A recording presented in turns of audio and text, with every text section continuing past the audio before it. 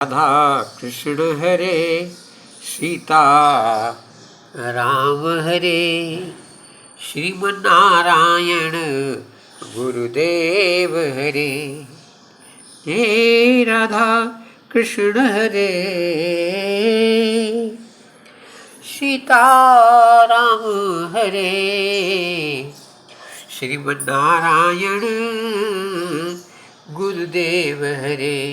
राधा कृष्ण सीताराम श्रीमन्नारायण गुरुदेव वृंदावन जय गायत्री धाम। राधा कृष्ण सीताराम श्रीमन्नारायण गुरुदेव वृंदावन जय गायत्री धाम।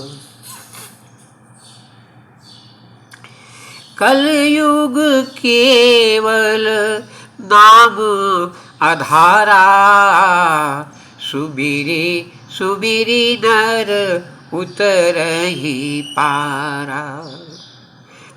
राधा कृष्ण सीताराम श्रीमन्नारायण गुरुदेव वृंदावन जय गायत्री धाम।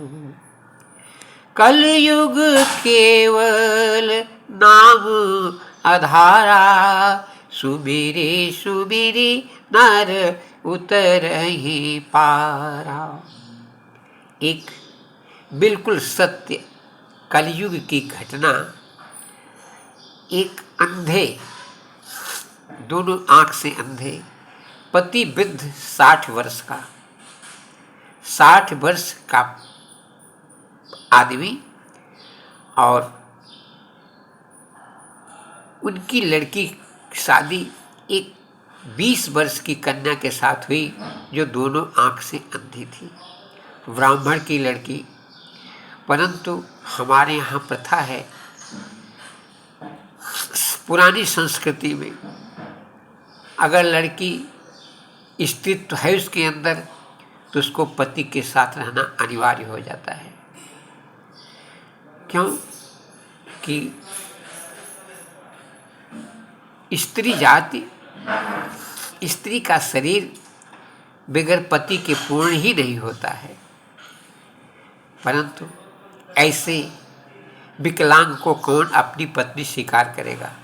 60 वर्ष के वृद्ध के साथ उनकी शादी करनी पड़ी और वो भी बहुत ऐसे विचार के नहीं थे, कोई सात्विकता नहीं था।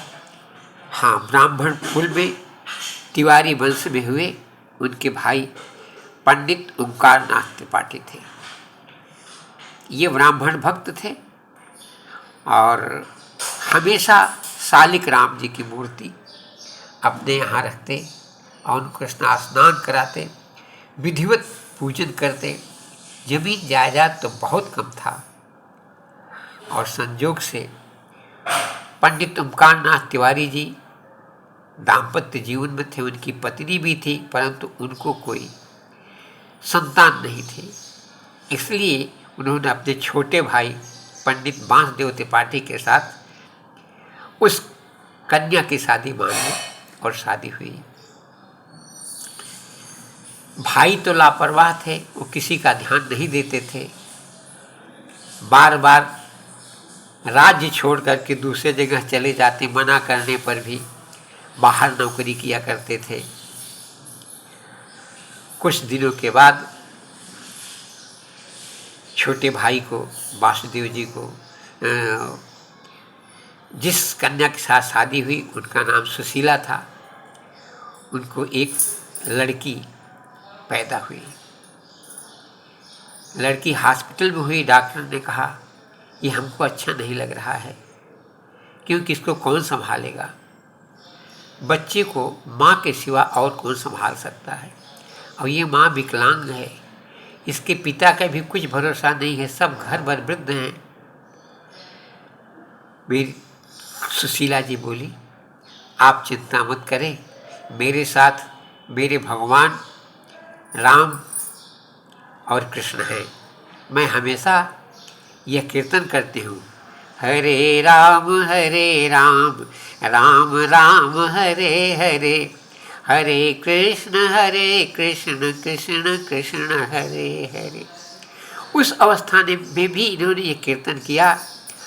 और प्रतापगढ़ में मदर हॉस्पिटल में, क्रिश्चियन हॉस्पिटल था, वहाँ मदर उनको बहुत प्रसन्न होकर के आशीर्वाद दी कि मैं अपने ईश्वर से कहती हूँ कि तुम्हारे संतति की रक्षा मेरे यीशु करें और तुम्हारे मंत्र के हिसाब से।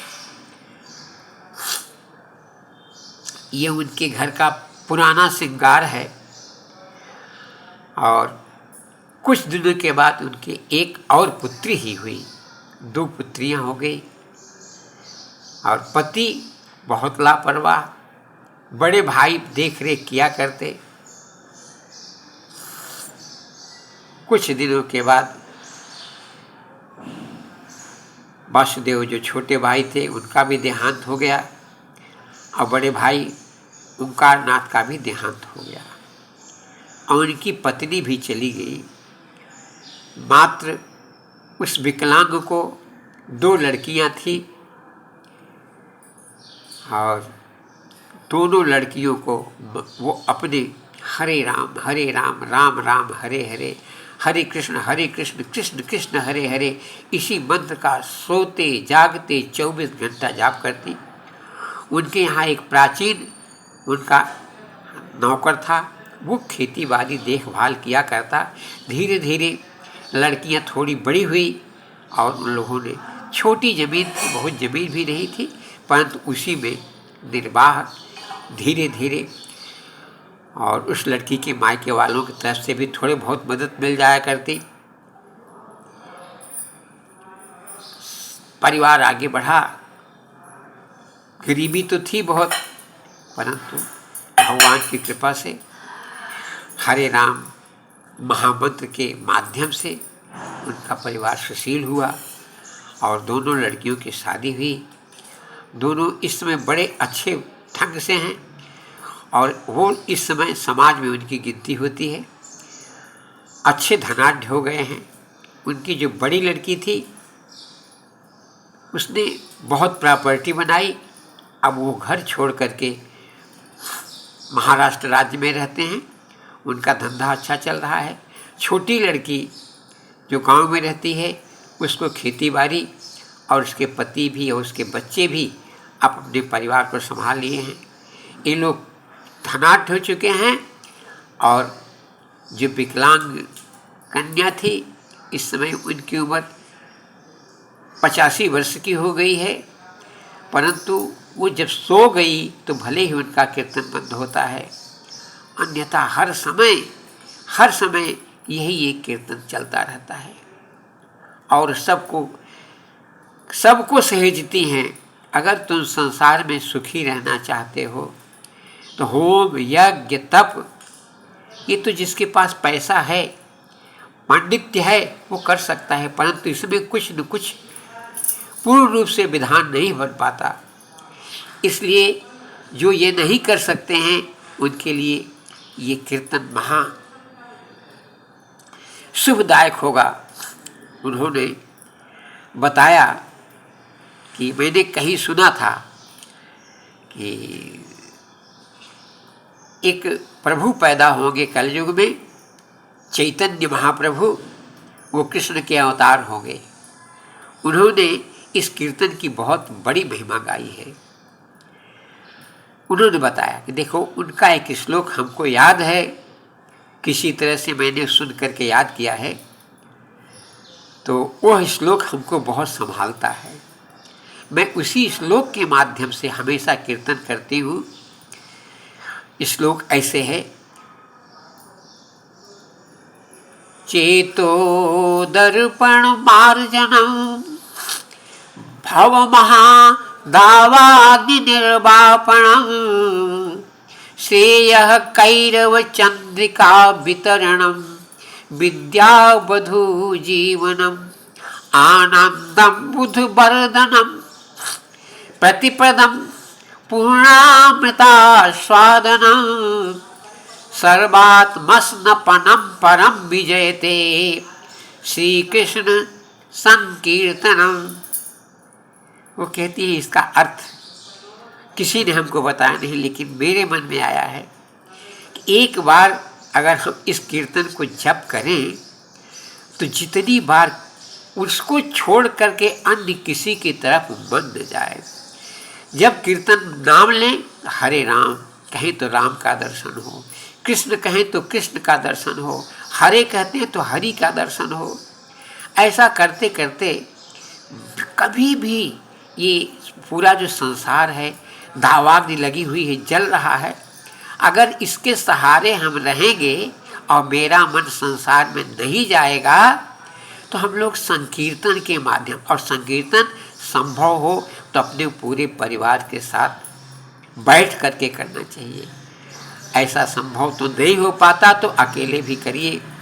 और इस कीर्तन के माध्यम से वो आज इतनी उम्र हो गई, अस्वस्थ हैं, सर्दी खांसी की पहले शिकायत उनको रहा करती थी, अभी भी हैं, परंतु वो सबसे प्रार्थना करती हैं कि अगर कलयुग में कोई हर प्रकार का सुख चाहता है, सांसारिक सुख और पारमार्थिक सुख, तो कीर्तन के अलावा और दूसरा कोई साधन किसी गरीब व्यक्ति के लिए तो नहीं है, परंतु अमीर को भी यही दवा है। जय श्री बाल कृष्ण।